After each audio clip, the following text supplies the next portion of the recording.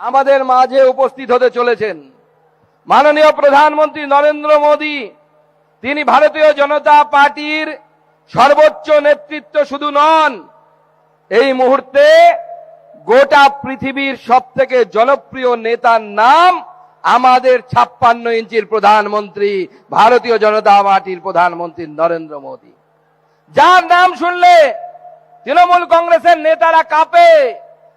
তারা ভাবে যে কি করে সম্ভব, এত বছর ধরে একটা মানুষ মুখ্যমন্ত্রী ছিলেন, প্রধানমন্ত্রী ছিলেন, আমাদের মুখ্যমন্ত্রী হওয়ার পর তাকে সবাই চোরের রানী বলতে শুরু করেছে।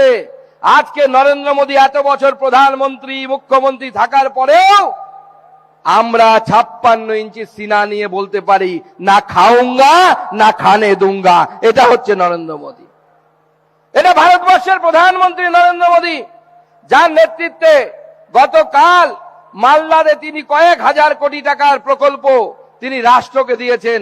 আজকে সিঙ্গুরে দাঁড়িয়ে তিনি উন্নয়নের ডেভেলপমেন্টের মডেল তিনি এই সিঙ্গুরের মাটি থেকে দক্ষিণ বাংলার, দক্ষিণ পশ্চিমবঙ্গের যে দক্ষিণ প্রান্ত তার মানুষকে দেবেন।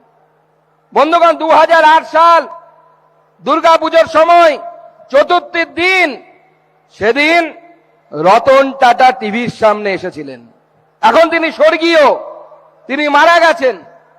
তিনি বলেছিলেন যে আমার মাথায় বন্দুক ধরলেও আমি হয়তো যেতাম না, কিন্তু আমার মাথায় বন্দুক ধরে মমতা বন্দ্যোপাধ্যায় ট্রিগার চেপে দিয়েছেন, তাই আমাকে সিঙ্গুর থেকে কারখানা সরিয়ে নিয়ে যেতে হচ্ছে।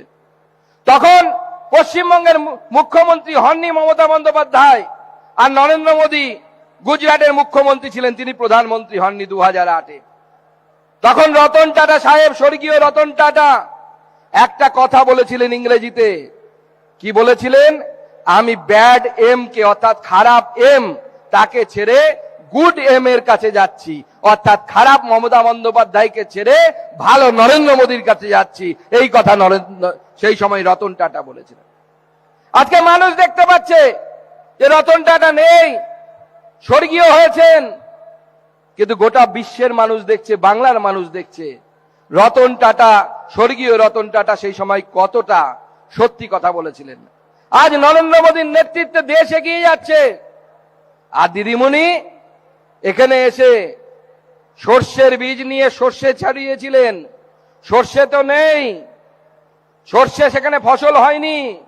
কৃষক যারা সে সময় অনিচ্ছুক কৃষক ছিলেন, সেই আন্দোলনের মূল মুখ দুধকুমার ধারা থেকে শুরু করে রবীন্দ্রনাথ ভট্টাচার্য, তারা আজকে বলছেন আমরা সে সময় ভুল করেছিলাম, এই সিঙ্গুরে গাড়ির কারখানা হতে দিলে আজ আমার বেকার ছেলে মেয়েদের হাতে কাজ হতো।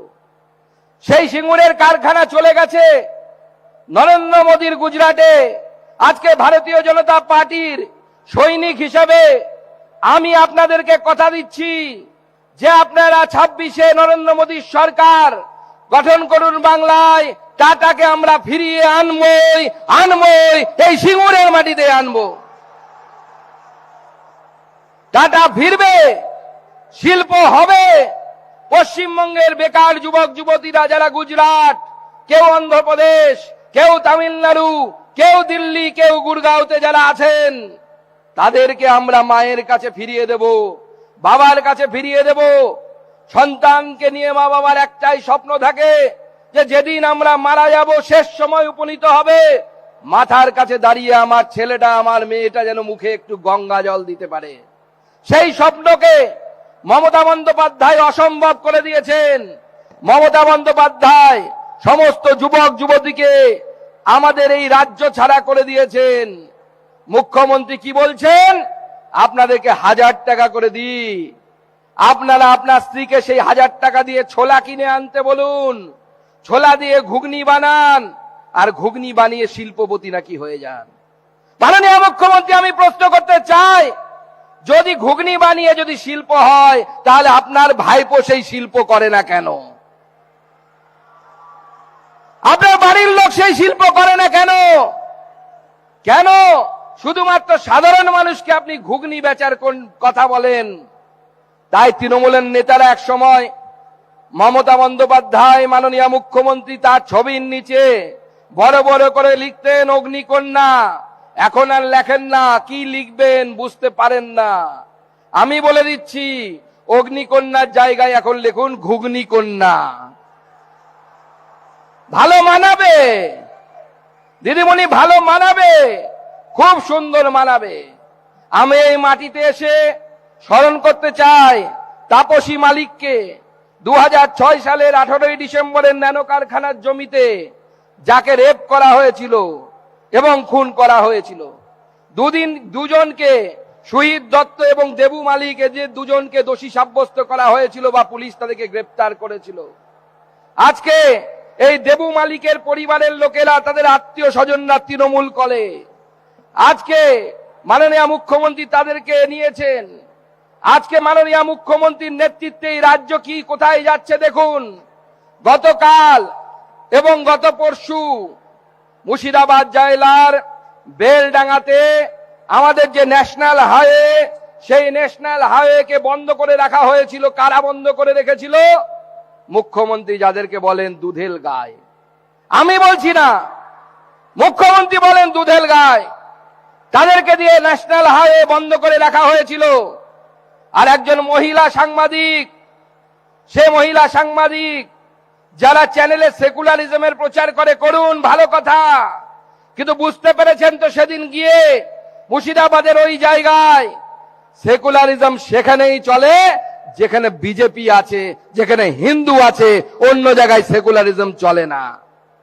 আপনাদের মহিলা সাংবাদিককে তিনি নিজে বলছেন পা ধরে টানা হয়েছে, হাত ধরে টানা হয়েছে, আর গোটা শরীরে বিভিন্ন মানুষ হাত দিয়েছে যেখানে যার ইচ্ছে।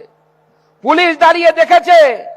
আর আমাদের মাননীয় মুখ্যমন্ত্রী, যিনি বলেন কথায় কথায় এগিয়ে বাংলা, তিনি বলছেন ওদিন জুম্মাবার ছিল, আমার কি করার আছে।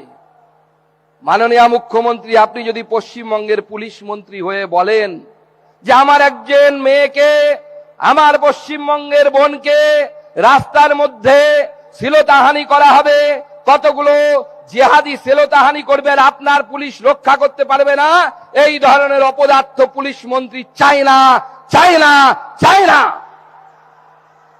আপনি আপনার চেয়ার ছেড়ে নেমে যান, ভারতীয় জনতা পার্টিকে দায়িত্ব দিন।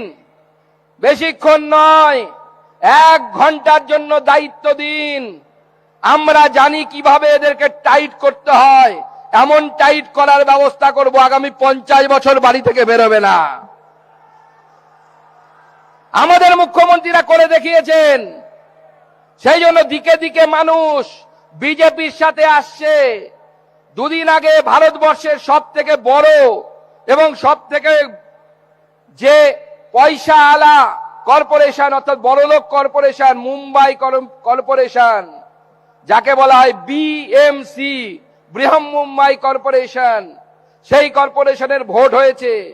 28 বছর পর নরেন্দ্র মোদীর বিজেপি, দেবেন্দ্র ফডনবিসের বিজেপি সেখানে সরকার গঠন করেছে, সেইটার দখল নিয়েছে। তাই অনেকে বলছে বিএমসি হয়ে গেল, এবার টিএমসির পালা, টিএমসি কে আমরা দখল করব, আমরা পশ্চিমবঙ্গকে দখল করব। আমাদের ভিডিও ভালো লাগলে লাইক এবং শেয়ার করুন। কমেন্ট সেকশনে গিয়ে জানান আপনাদের মতামত। আরও ভিডিও পেতে আমাদের চ্যানেল সাবস্ক্রাইব করুন এবং প্রতি মুহূর্তে খবরের আপডেট পেতে প্রেস করুন বেল আইকন।